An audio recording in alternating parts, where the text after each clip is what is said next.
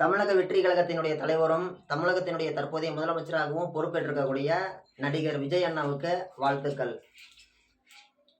இவரெல்லாம் 10 சீட்டு கூட வரமாட்டாரு, இவரு தொகுதியில் ஜெயிக்கிறதே பெருசுன்னு சொல்லி நினைச்சிட்டு நாம தான் வேற ஒரு கற்பனை உலகத்துல இருந்திருக்கிறோம். ஆனா உண்மையாலுமே யாருமே எதிர்பார்க்காத விதமா இவர் ஜெயிச்சிட்டாரு. இவர் வந்து பாத்தீங்கன்னா வெளிநாடுகளில் ஃபாலோ பண்ணக்கூடிய கேம்பெயின் அந்த முறை மாதிரி ஏதோ பயன்படுத்தியிருக்காருன்னு சொல்லி தான் நம்ம நினைச்சோம். வெளிநாடுகள்லாம் வந்து பாத்தீங்கன்னா இங்க இருக்கிற மாதிரி 100 ரூபா கொடுத்து கூட்டத்தை கூட்டுறது, மகளிர் அணி கூட்டத்தை காட்டுறேன்னு சொல்லி 50 ரூபா கொடுக்கறது, தெருமுனை பிரச்சாரம்னு சொல்லி ஆளுக்கு 200 ரூபா கொடுக்கறது, மாநாட்டுக்கு கூட்டிட்டு போறேன்னு சொல்லி ஹோட்டல் கோழி பிரியாணி கொடுக்கறது, இந்த மாதிரி விஷயம்லாம் தமிழ்நாட்டில் ரொம்பவே சாதாரணமா இருக்கலாம். ஆனா நம்ம எல்லாருக்குமே தெரிஞ்சு வெளிநாடுகள்ல இந்த மாதிரி விஷயங்கள் நடக்கவே நடக்காது. ஜெயிக்கிறவங்க எல்லாருமே வந்து பாத்தீங்கன்னா ஒரு இடத்துல உட்காந்து பேசுவாங்க, ஒரு மீட்டிங் மாதிரி ஆர்கனைஸ் பண்ணுவாங்க. நான் இதை பண்ணியிருக்கிறேன், இதை பண்ணலான் இருக்கிறேன், நீ இதை பண்ணிருக்கிறியா, இதை பண்ணலான் இருக்கிறியா, இந்த மாதிரி வந்து ஒரு விவாதம் நடத்துவாங்க. இப்ப நம்ம டிவியை திறந்தோம்னா 7 மணிக்கு மேல நடக்குது இல்ல, அந்த மாதிரி ஒரு ஷோலாம் நடத்துவாங்க. யார் யார் இப்ப வந்து சீமான் அண்ணாவா, விஜய் அண்ணாவா, எடப்பாடி ஐயாவா, அப்புறமேட்டு யார் அவரு ஸ்டாலின் ஐயா அவரா, இவங்க 4 பேர் உட்கார வச்சு பேசுவாங்க. ஆனா இன்னைக்கு இருக்கக்கூடிய சூழ்நிலையில தமிழகத்துல இன்னும் ஒரு 150 வருஷம் இந்த மாதிரி விஷயம் வர விட மாட்டாங்க, இந்தியாவிலேயே வர விட மாட்டாங்க. ஏன்னா அரசியல்வாதிகள் மேல அவ்வளவு குற்றச்சாட்டுகள் அப்படிங்கிறது மக்கள் மேல இருக்குது. சீமான் அண்ணா வந்துருவாரு, மித்தவங்க யாரும் வரமாட்டாங்க.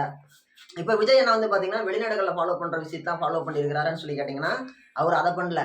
பவன் கல்யாண் அவர் ஃபாலோ பண்ண விஷயங்கள்ல நிறைய விஷயங்களை ஃபாலோ பண்ணிருக்காரு. என்னென்ன ஃபாலோ பண்ணிக்கிறாரு? பவன் கல்யாண் வந்து பாத்தீங்கன்னா பிரச்சார வாகனத்தின் மேலே ஏறி உட்காந்து பேசிடுவாரு, மேலே ஏறி நின்று பேசுவாரு. அந்த மாதிரி விஷயத்த விஜய் அண்ணா ஃபாலோ பண்ணியிருக்கிறாரு. அதுக்கப்புறமேட்டு வந்து பாத்தீங்கன்னா சர்ச்சில் ப்ரேயர் பண்றது, குழந்தைங்களை தூக்கி தோல் மேல வைக்கிறது, ஒரு கல்யாண ஜோடி கூப்பிட்டு நம்ம கூட நிக்க வச்சு போட்டோ எடுக்கிறது, இந்த மாதிரி விஷயங்கள்லாம் வந்து பாத்தீங்கன்னா ட்ரெஸ் உட்பட பவன் கல்யாண் என்னென்னலாம் பண்ணாரோ அதை பார்த்து அப்படியே இவரும் பண்ணிட்டாரு. இதுக்கு முன்னாடி ஸ்டேஜ் மாநாடு போட்டாங்கன்னா குறுக்களை ஸ்டேஜ் போட்டு அது மாதிரி நடந்து போறதை நம்ம எங்க பார்த்துருக்குறோம்? நம்ம ஈஷா யோகாவில் ஒரு சாமியார் இருப்பார், நிறைய தாடி விட்டுக்கிட்டு, ஜக்கி வாசுதேவ். அவருடைய அந்த மகா சிவராத்திரி விழாவில் தான் வந்து பார்த்தீங்கன்னா நம்ம சமந்தா வருவாங்க, நம்ம தமன்னா வருவாங்க, இப்படி நிறையா முன்னணி நடிகைகள்லாம் வருவாங்க. அதில் வந்து அந்த மாதிரி நடந்திருக்கும். அப்படிப்பட்ட ஒரு சூழ்நிலையில் இந்த மாதிரி விஷயம் அரசியல் தவிர யாருமே பண்ணல. ஆனால் விஜய் என்ன பண்ணார்? முதல்ல கட்சி ஆரம்பிக்க போகிறேன்னு தகவல் சொன்ன உடனே அதை வச்சு குறுக்கால நடந்து போனார், நடந்து வந்தார், இந்த மாதிரி விஷயங்கள்லாம் பண்ணார். பண்ணிட்டு இருக்கும்போது அவர் மேலே ஏகப்பட்ட விமர்சனங்கள் அப்படிங்கிறது அனைத்து கட்சியினராலையும் வைக்கப்பட்டது. முக்கியமாக சொல்லணும் அப்படின்னா இவருக்கு பேசவே தெரியல, இவர் பேசவே மாட்டேங்கிறாரு, மக்களை சந்திக்க மாட்டேங்கிறாரு, பத்திரிகைக்காரங்களை சந்திக்க மாட்டேங்கிறாரு, இவர் எங்க ஜெயிக்க போறாருன்னு சொல்லி இவர் மேலே ஏகப்பட்ட குற்றச்சாட்டுகள் அப்படிங்கிறது மக்களாலையும் அரசியல் கட்சி தலைவர்களாலையும் பொது விமர்சனம் பண்ணக்கூடிய நபர்களாலையும் வைக்கப்பட்டுச்சு. நாமளுமே கூட அப்படிதான் சொல்லியிருந்தோம், விஜய் அண்ணா எதையும் சந்திக்க மாட்டேங்கிறாருன்னு சொல்லிட்டு. இப்படி இருக்கும் பொழுது தேர்தல் தேதி அறிவிச்ச வாட்டி இவர் மொத்தமே வந்து பாத்தீங்கன்னா ஒரு 15 இடத்துல தான் பேசியிருக்கிறாரு. 15 இடத்துலையும் சேர்த்து மொத்தமே ஒரு 1.5 மணி நேரத்தோட தான் பேசியிருக்கிறாரு. ஆனாலும் இவர் எப்படி ஜெயிச்சாரு அப்படிங்கறத நம்மளால இன்னுமே ஒரு கணிப்பு போடவே முடியல. குடும்பத்துக்கு விஜய் அவர்கள் கெஸ் பண்ண மாதிரி குடும்பத்துக்கு 2 ஓட்டு 1 ஓட்டு விழுந்துருச்சு. பெரும்பான்மையான இடத்துல வந்து பாத்தீங்கன்னா 107 இடத்துல விஜய் அவர்கள் வந்திருந்தாலுமே கூட, விஜய் அண்ணா வந்திருந்தாலுமே கூட ஒரு சில இடங்கள்ல வந்து பாத்தீங்கன்னா திமுக அண்ணா திமுக வந்திருக்கிறாங்க.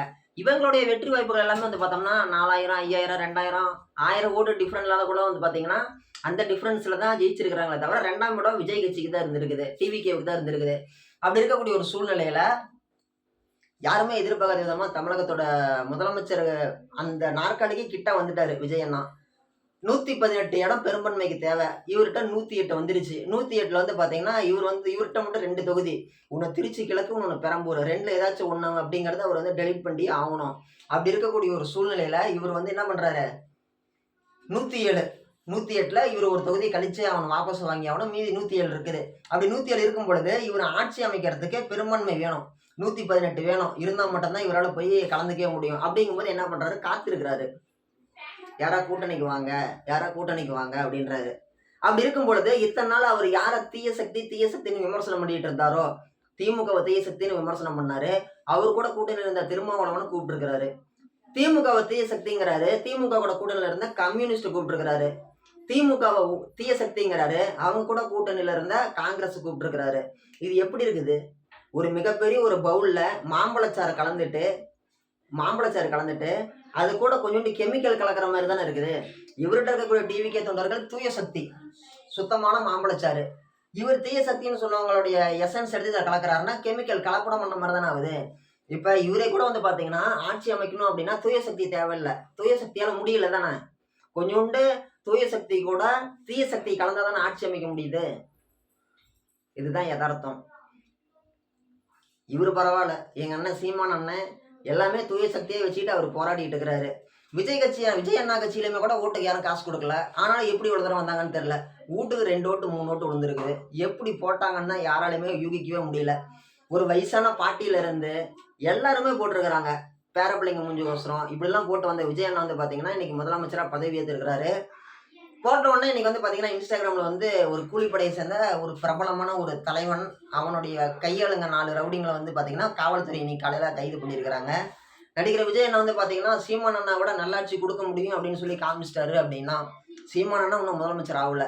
இவர் வந்து சீமான் அண்ணாவோட ஐடியாலஜிலாம் நிறையா ஃபாலோ பண்ணுறாரு அப்படின்னா ஒருவேளை இவர் அவருடைய கருத்துக்களை ஏற்றுக்கிறாரு அப்படின்னா இவரோட ஐடியாலஜி வச்சு தற்சார்பு பொருளாதார கொள்கை ஓகேங்களா, அதில் தற்சார்பு பொருளாதார கொள்கை நம்ம கிட்ட என்ன இருக்குதோ அதை வச்சு நம்ம டெவலப் ஆகணும். இப்போ உதாரணத்துக்கு கியூபால் எடுத்துக்கிட்டிங்கன்னா கரும்பு மட்டும்தான் அவங்களுடைய மெயின் பிஸ்னஸ்ஸு.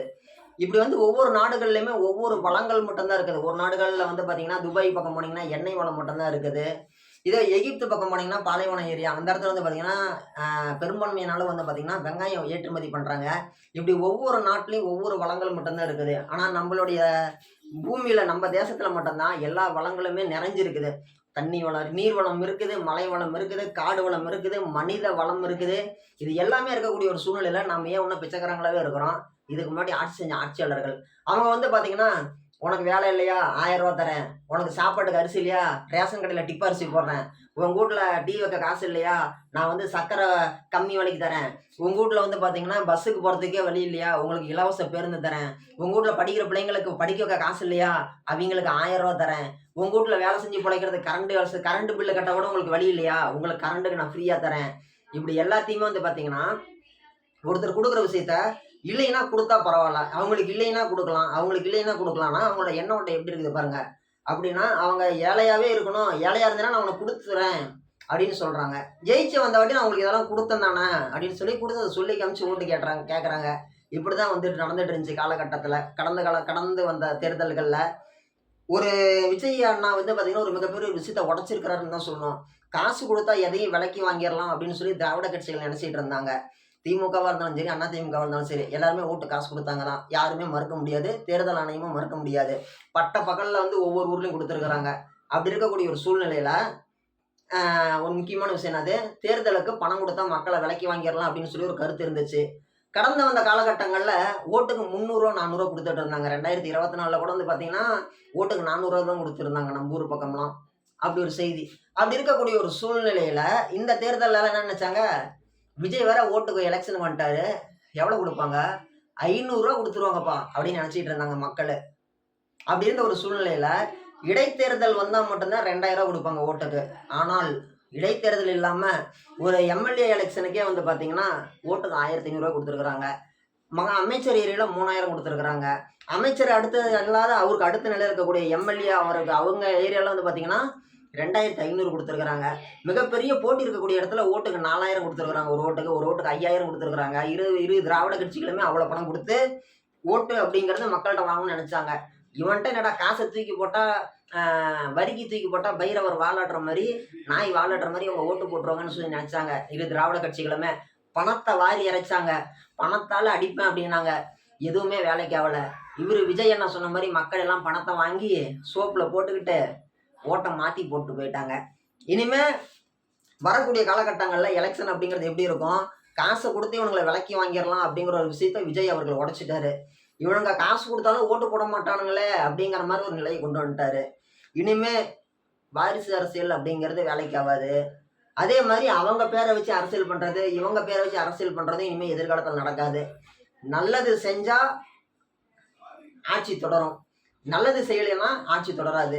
இனிமேல் வந்து பார்த்தீங்கன்னா இவர் அவரோட பேராண்டி, இவர் அவரோட அப்பா, இவர் அவரோட பையன் அப்படின்னு சொல்லி யாரும் வந்து எலெக்ஷனில் ஓட்டு கேட்டு மக்களுடைய மனசை மாற்ற முடியாது. அப்படி ஒரு விஷயத்த விஜய் அண்ணா கொண்டு வந்திருக்கிறாரு. இந்த பிரபஞ்சம் விஜய் அண்ணா அவர்கள்ட்ட ஒரு மிகப்பெரிய ஒரு பொறுப்பை கொடுத்துருக்குது. இவர் அதில் சிறப்பாக செயல்பட்டார் அப்படின்னா யாருமே எதிர்பார்க்க முடியாத அளவுக்கு ஒரு மிகப்பெரிய ஒரு வெற்றி அப்படிங்கிறது அவருக்கு கண்டிப்பாக கிடைக்கும். அடுத்த முறை இவர் முதலமைச்சர் ஆகிறதுக்கு வாய்ப்புகள் இருக்குது.